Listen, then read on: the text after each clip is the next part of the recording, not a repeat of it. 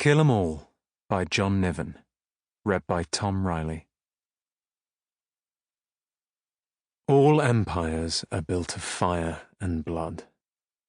Pablo Escobar. January 1. Hertfordshire, England, Friday the 20th of January 2017, 6:40 a.m. It is too cold in the Maybach. I tell Graham to turn the AC off. It's cold outside too. Winter fog in the black night, a light sleet tipping against the smoked glass as the field slides silently by, the headlights picking out the words, Luton Airport 3 miles, and then the sign vanishing behind us as we come off the M1. I'm in the back, reading the newspapers, the inauguration later today, and the trades, Billboard, Variety, Music Week, on my phone. I note with neither joy nor rancour that on the singles charts it has been a good week for the Chainsmokers, Ariana Grande, and Bruno Mars. Bad week, again, for Unigram, whose share price has somehow managed to drop even further. The lead story on the cover of Billboard is about Unigram's biggest artist, Lucius Dupre, who is beginning rehearsals for his comeback shows this summer. 20 nights at Madison Square Garden in New York, then 20 at London's O2 Arena. There was a time, a very long time ago, when reading the trades was a weekly source of anxiety. Colleagues and competitors rising, traumatic, and falling, pleasurable. Firings and hirings. Now, today, it's almost like reading reports on a battle whose front lines are far away from me, in another country, on another planet. A quick recap, in case you're in the Taliban or something, living in a cave, making nail bombs and inserting yourself into goats. This is from my Wikipedia entry. Following a successful career in the music industry as an A&R manager, in 2003, Stelfox created the ABN television talent show American Pop Star, on which he initially acted as one of the judges. Yeah, and it was all good too, until this kid who thought he was Jesus took the whole brand down the shitter in the US. You saw the show. Trailer park fucks perform Mariah Carey songs for the pleasure of other trailer park fucks who used up their welfare checks phoning in to vote for them. We licensed the rights like crazy. At one point we were running in 32 countries, until we sold the format in late 2011 and I cashed out to the tune of $200 million. That was 6 years ago. Semi-retirement at 42. What's it been like, you ask? What do I get up to? How am I living? Well, take the past month. In mid-December, I left the house in freezing London, 7,500 square feet in Holland Park, to the staff. Roberta, my London housekeeper, Graham, who is driving right now. And we being me, a couple of girls I know, and my mates hedge fund Paul and investment banking Mel, took a private jet to Barbados, where we boarded the yacht Mistrial. It's the second time I've rented it, and it's really something. You should see it.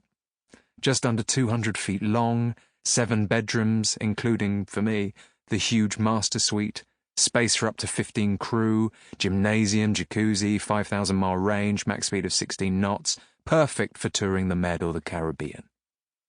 In Barbados, we larged it in the usual spots with the usual suspects. In and out of Sandy Lane, the Cliff, Sin Sin, the Tides and Daphnes with Todd, Wayne, Philip, Simon, Lev, Vlad, Roman, and a revolving, interchangeable cast of TIBs, top international boilers. The Kellys and Megans and Svetlanas and Brooks and whatevers.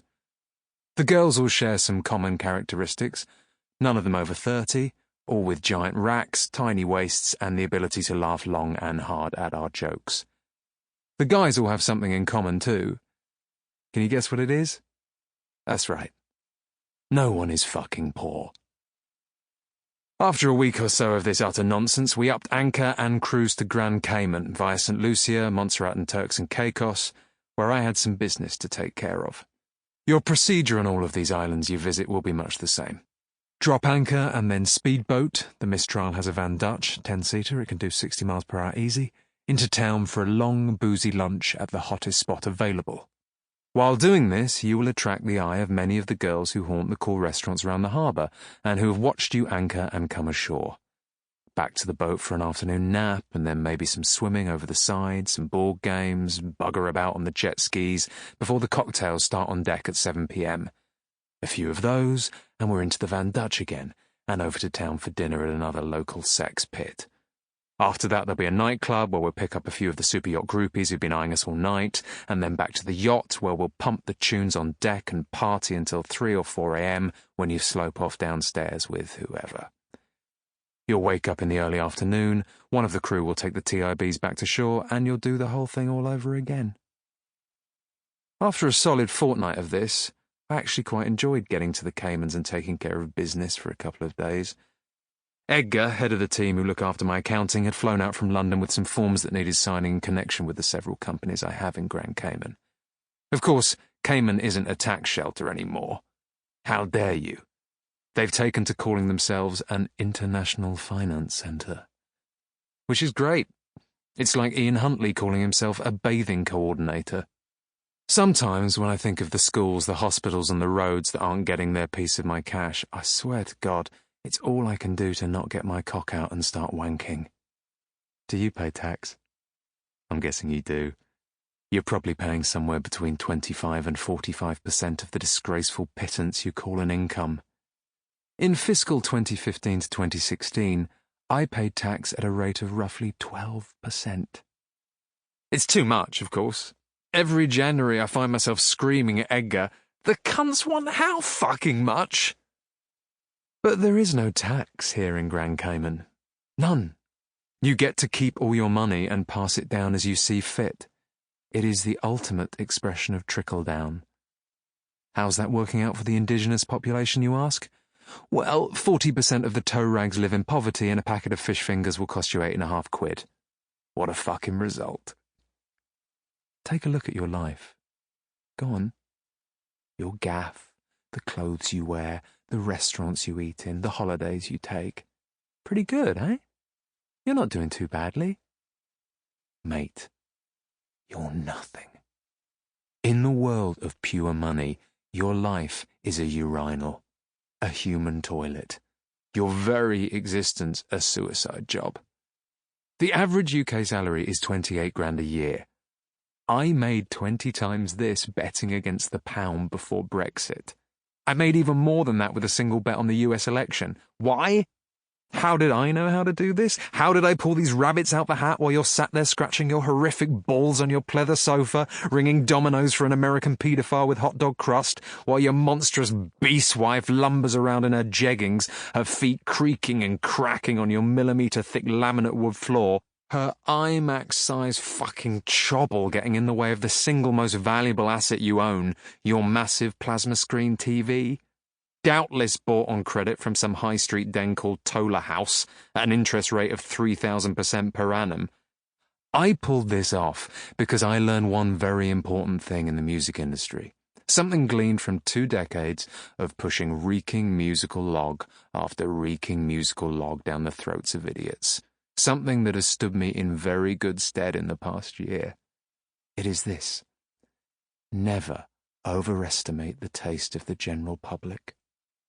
Music, TV, movies, furniture, food, architecture, politics, there is absolutely no depth to which those cunts will not sink. They will willingly vote themselves into living in an extreme real-life version of The Road for eternity for the chance to say fuck all packies once. Where there's that kind of thinking going on, there's always cash to be made. Anyway, we spent a few days in the Caymans before boarding the jet back to Heathrow, where the plan was to hang out in London before the traditional end-of-January skiing trip to Courchevel with a few of the guys I used to work with in the music industry. The successful ones, of course, not the ones who went mad or broke or into rehab. But then this plan was interrupted by what can only be described as a distress call from Trellick. You remember James Trellick, lawyer.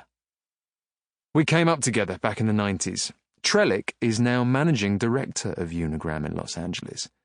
We stay in touch, celebratory emails when a mutual adversary is publicly destroyed, the odd lunch or dinner when he's in London or I'm out there. We lived near each other in Beverly Hills for a while back in the noughties when I was still doing the show.